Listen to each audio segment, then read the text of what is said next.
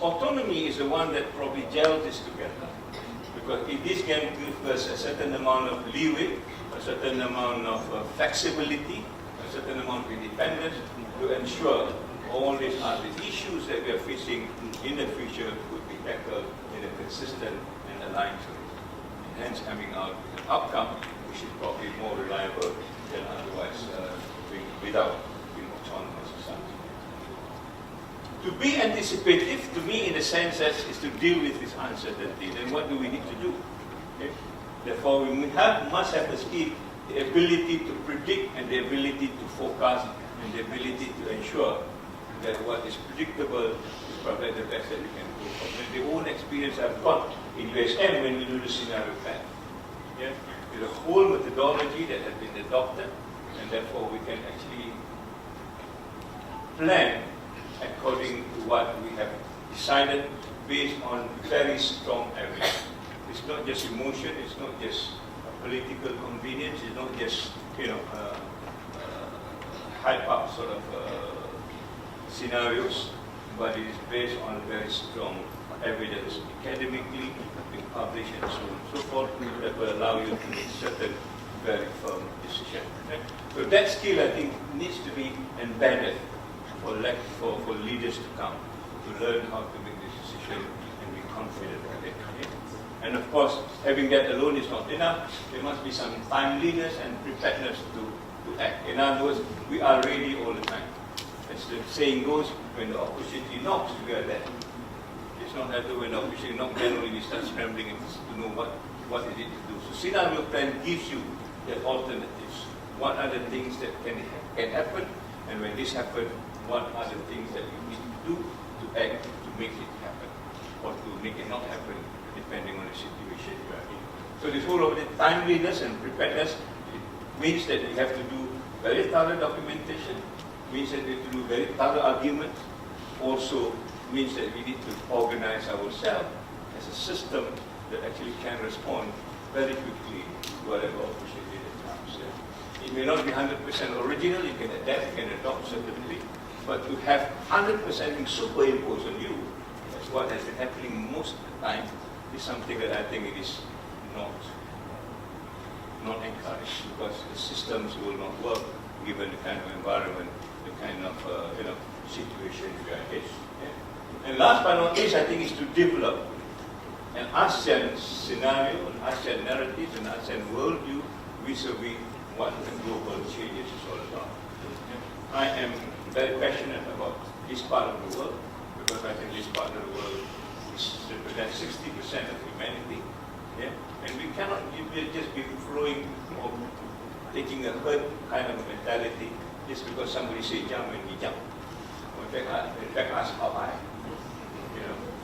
Rather than asking why we need to jump. Yeah? So these are issues that I think the academic are well endowed with. Argue, find out why we need to do certain things and why we do not need to do certain things. And it goes back to the very institution. I think that the difficulty I find in Malaysia is that in the institutional culture we are not creative. Yeah? When people on top say jump, we will say how high and we will jump. And we do not know why we jump. Right? This is something that we are not trained in our own institution to argue out. And to even say, why do I need to jump? I don't want to jump this time, sir. You can jump for all I pay, but I don't want to jump. Because I don't find it necessary. So we don't have that habit of making this kind of an engagement, and therefore we run into problems most of the time, because it becomes a part of the birth mentality, as it were. So this is one thing that we want to do, because this will allow us then to make predictions, to be different, to look at different scenarios, and to plan well ahead. So into maybe 10 years, maybe 20 years, and if we go into the world sort of discussion today, we talk about generations. How do you plan for a generation? Not for the next 5 years because there's an election. Not in the next 3 years because my contract is going to end. And not in a very short period of time, but we're looking at generations. How do you plan for this? These are skills that I think we need to have, and these are skills that I think we need to learn how to lead in the uncertain world. Read this book, The Collapse of Western Civilization. I just mentioned to you. Yeah? the Western civilization less than 500 years. Now there are people predicting already it's going to collapse, right? And in fact, the dates were given 2093. Even before the century is out, Western civilization will collapse if we do not perform certain things. And what are the certain things? The excesses that we deal with, the kind of abundance that we've got, but we squandered it away, right? And we are looking at very dominant culture of the West that has been wasteful in many sort of ways, including indented, right? So read this book is by a professor in University of California, Berkeley. Now she's moved to Harvard, yeah. And the discussion and the evidence is really very, very interesting, right? Again, it goes back to a situation that we are not used to. We're talking about geographers like Morfidi will probably be sensitized to this. But non-geographers, we do not care.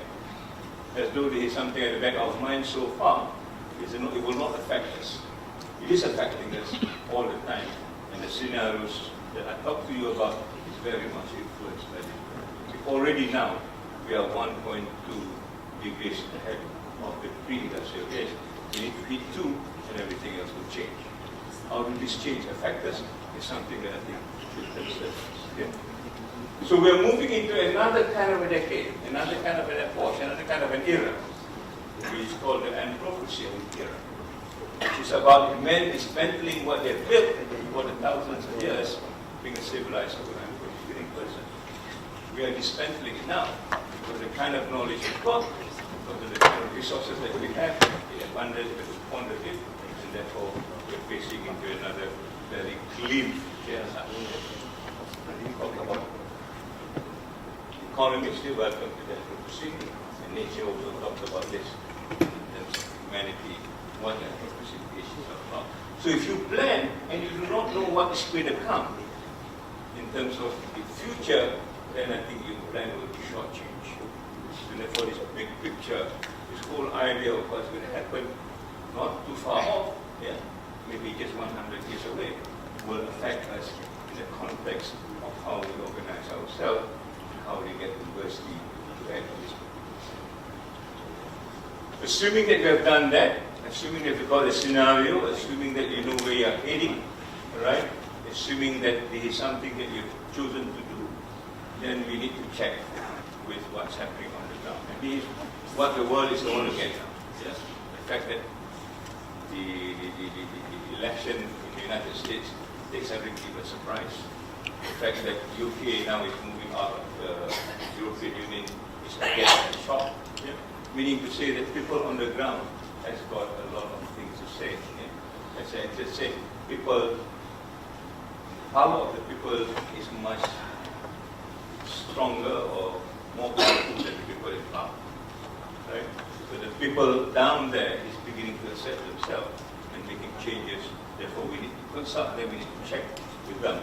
And to find out whether what we're going to do really within the context and aligned with things that they need. Is it relevant to the needs of the people? Right? Understanding also the kind of disparities between the have and have nots are increasing all the time.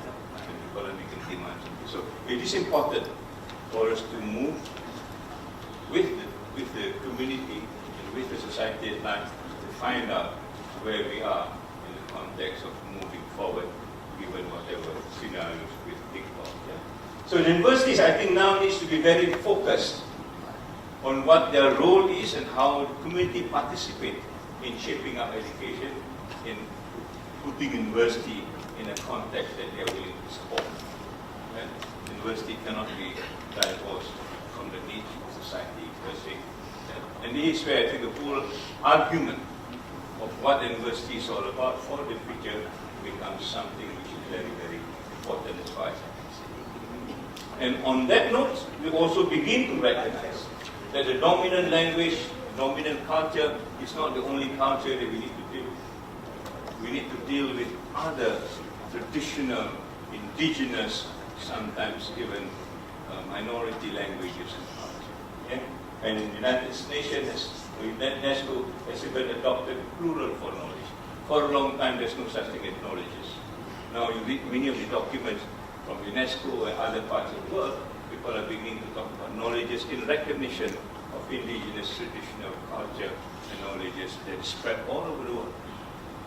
Yeah? So if you think that you know English and that's about all, I think you're mistaken. Because there are other languages that's got different wisdom, different value, and different thoughts that do not represent the dominant class. I mean, the Malay word Budi saja. Yeah? You take the word Budi, it cannot be translated in any other languages. But if you don't translate it, then that doesn't mean that it's not important. Right? Because the whole Malaysian and Malay psychic revolves around Budi. But how many of us knows about Budi? To make you a complete person. As a kind of wisdom from our own cultural dominance. We do not know. And therefore we're losing another entity. The word sejahtera, we use this in USM. Yeah? When we try to conceptualize what university looks like for the future. And I might have told you this, but now the word sejahtera is taken by the Koreans. We've just finished officiating what the Koreans call a sejahtera center in a place called Dongyong in the southern tips of Korea, and they invest 20 million ringgit to develop the sejahtera center. It's a sejahtera scholarship, sejahtera fellowship, sejahtera forest, sejahtera art center. Everything is sejahtera because they want to know what sejahtera means in the context of values in this part of the world. Kita cakap salam sejahtera all the time. How many of us can articulate what sejahtera is all about? Yeah. So this is the thing that I think we need to be aware of. Other people are looking at our culture and the kind of values, and they take it away, we developed it, and we are still looking for something else that we have got what important about it. So recognizing other language, recognize the value that we got is important, and therefore this whole idea of collaborating and cooperating with one another is about it. How do you co-create the example? This whole idea of sejahtera, now how do we co-create it with the Korean, see they've taken it and move forward? Or do we leave them alone in this respect? Yeah? And there are many other examples as I go along and give you this. So, in other words, knowing alone what the future is about is not enough. We need to find out the relevance and how this relevance actually influence to make our own community and our own organization even better in that particular context. So at a global level, we're talking about post-2015 global agenda. Another 15 years, and we're talking about education 2030. This comes out from the World Economic Forum. It talks about how do we define education in the year 2030 and moving forward to this. If you don't know this, then again, you are left out of the scope what the world is talking about in terms of moving education ahead. Yeah? So in this World Education Forum 2015 in Incheon, look at the title here, Transforming Lives Through Education. And for the first time, they've invited a forum of more than 300 NGOs to participate in this discussion. For a long time, you can get hardly 50 NGOs to participate. Now there's a special forum to engage them, to listen to what the NGOs have to say because they represent the people on the ground, being socially engaged. Yeah? Not just the stop brass who talk sometimes off the head. They need to counter-check whether what they are talking and whether what is needed on the ground is relevant. And this is what's happening at the world scenario, and we in the university need to take this on as a kind of, consultation process with the people around us. And at the end of the day, they come up with a declaration which is called Education 2030. It is fully captured and it's under the SDG, which is Sustainable Development Goal number 4. Talks about ensure inclusiveness and equitable quality education and promote lifelong learning opportunities for all. Alright, so the word inclusiveness is important, and the word equitable quality is important, and the word lifelong learning is certainly important. So this will be the main thrust of moving education forward with or without resources. It is the demands of it. Of its corresponding targets, transformative and universal, attend to the unfinished business of the education for all, EFA agenda, and the education related to